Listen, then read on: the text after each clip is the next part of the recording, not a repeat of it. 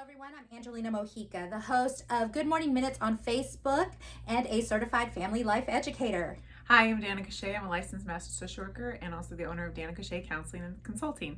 We want to welcome you back to Much Love, Much Peace, Many Blessings. As we wrapped up last episodes, we talked about holistic living. So now we're going to jump into let's talk about life and all that comes with it. So, Shay, what would you say it would be the most, topic that you discover a lot of your clients talking about when it comes to life? When it comes to life, there's a lot of them. I would say definitely a lot of people are looking for relationship, like things are happening in relationships. So they're having relationship issues, communication issues. Also just learning how to manage their mental health, whether that's they're anxious or depressed, things like that. A lot of times too, what I see is just, they're wanting different results or they want something else in their life. So we focus on goal setting. So things like that. Absolutely. And when you think, hey, let's talk about life, I mean, there's probably a number of things that run through your mind, especially with like COVID-19, that has really impacted our life a lot. What would you say to someone that is probably kind of struggling through some of these things? Regarding specifically COVID, I think we need to remember that it's been hard for all of us. Even I personally was assessing, what was going on in my family a few months ago, Right. Some dynamics, and I was like, what is happening? And so just being able to say, okay, wait, it's coronavirus has happened, and it really changed the way life looked for everybody. Yeah, it has. It really did. Like, I could see how it affected my 9-year-old in a big way. I could see differences in my 4-year-old, and just how our normal routine of life was totally changed. And, so just remembering, especially with kids, kids thrive off of consistency. So I think when we think of the coronavirus, we have to keep in mind that everybody was caught off guard. It was something new. We lost our normal, and I think there's a lot of grief involved in that. People had to grieve things that they lost, grieve all sorts of, things. Absolutely. And I mean, I'm with you in that. I mean, it was a shock for my household as well. And that's just how life is. It hits you whether you plan for it or you don't plan for it. Those uncertainties will just take you blindsided. And, in those moments, I think perspective is very important, because how you look at things and how you are already managing before those uncertainties hit is going to really enable your ability and your adaptability to overcome and withstand the storm, so to say, as it hits you. What would you say would be some good tools in managing through some uncertainties as life impacts you? I think honestly, if we continually just take inventory of ourselves, because so many times we're acting out of autopilot and we're just kind of going through the day. So really, like, making a plan in your calendar of, hey, this is my time for myself to just step back and look at my life and how things are going, and if I notice patterns and what is going on. Just like when I was like, what's happening, and I was like, oh wait, coronavirus, so maybe that has something to do with it. So just really being aware and stepping back. And I think some tangible ways to do that, like I said, is put it in your calendar, make that meeting for your self-care meeting, and I'm assessing my life right now. But also you can do that with your family, like have regular family meetings, maybe weekly, maybe bi-weekly, where you all sit down together and you discuss how things are going. And it makes, number one, you're planning, but also when those unplanned things come up, you can deal with them in a constructive way. Right. Absolutely. And I mean, planning, goal setting, all of that stuff, we've kind of hit in our holistic living topics. So if you ever want to go back and just review that.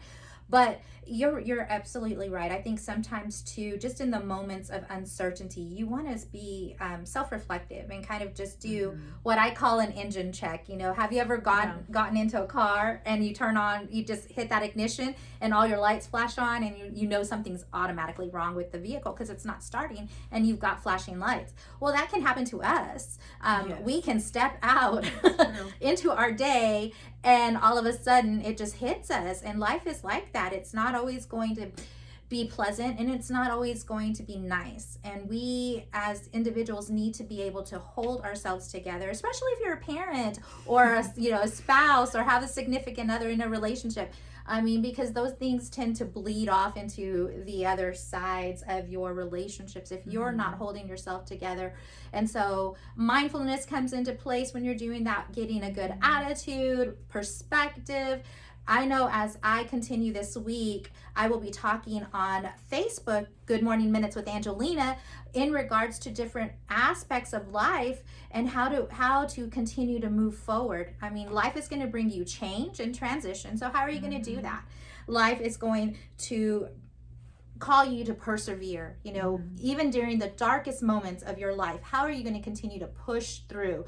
You have to find the strength. And how does one tap into that? Yeah, no, I think that's so good. I really loved your analogy. Actually, I kind of got stuck on that analogy because it made me think of an oil change. Like, why did my father teach me to get my oil changed?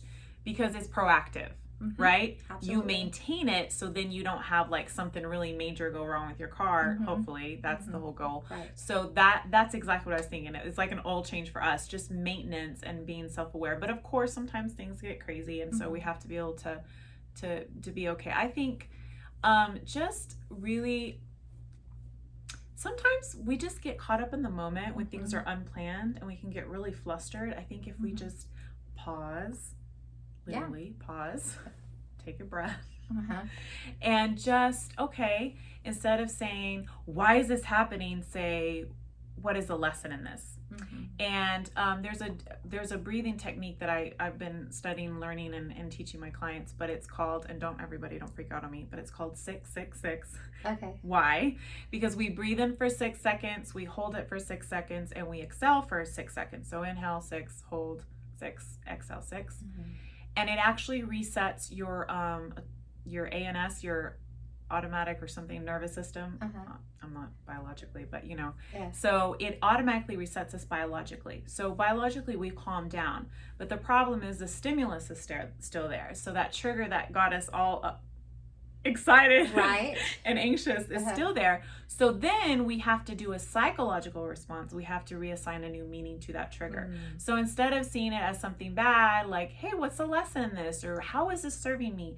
And when we literally shift our mindset to something positive, not just positive, like gratitude of what can I see in this? That's where I think the big change happens. So with those unplanned things that really set us back, because Angelina had a day like that yesterday. I had a flat tire. And so, it's like, okay, it's all right, and we were going to film our YouTube video yesterday and we couldn't, and we did it today, and that's fine. So I think that's really huge. Yeah, absolutely. And the more you practice when you don't need these tools, the better equipped you are when you do need the tools. And that's the key right there. That's a good point. That is a key. And that's how you persevere during your challenges in life. And then there's times, and I'll talk about this too, when you have things pretty much stabilized in your life. You've got that career stabilized, you've hit a lot of your goals and accomplishments, your family life is pretty much well-to-do. So then how do you continue to stay balanced and motivated to keep going? Because sometimes we can get caught up in the routine and it can seem a little complacent, a little stagnant. So boring. Right? How do you continue? How do you continue to stay motivated and keep that going? We'll talk about that on Facebook as well. And then the importance of having a belief system. How do you feel about that? Like, how is that relevant into like continuing life and the challenges that we face? Well, I think it's important to know what your beliefs are, because you need to know where you stand. So when things do come, where do I stand on this? But I think it's also important to always reevaluate your beliefs, because maybe I had a belief that served me last year, but maybe it doesn't serve me anymore. So really, but being open to that, I think being open-minded. But you're so right, it's so important to be proactive, and when we stay on top of these things, we can be more proactive. But just like you said, practicing in the times where there is calm and everything seems to be going right. Just practicing, so then when those tough times do come, we can better respond to that. But I think really that's those are the key points. Just the beliefs are important, because, you know, if what am I doing in my life, and who am I hanging out with, and what am I accomplishing? Is that really who I want to be? Is that really where I want to be going? Mm-hmm. And just constantly reevaluating it. Absolutely, because those things will add to your goals, like how, and they will affect the outcomes of your goals and the results of those as well. But also just kind of taking that belief system a little further, having some type of belief in, I don't know if you're a spiritual person, having a faith-based belief that might also be of an encouragement. I know for myself, Definitely. being a single mom and not really having a lot of family members to lean on when I hit tough times, Right. I thank the Lord for putting friends in my path. But sometimes I have to be my own self-encourager and say, you know what? The Lord has given me a purpose, has given me a calling. So I'm going to step forward, and I'm going to continue to believe that what I'm doing is what I need to be doing. And sometimes that happens too. So, I mean, surrounding again with positive energy and vibes, you want to do that. And we'll talk about that on Facebook as well if you catch me on Good Morning Minutes.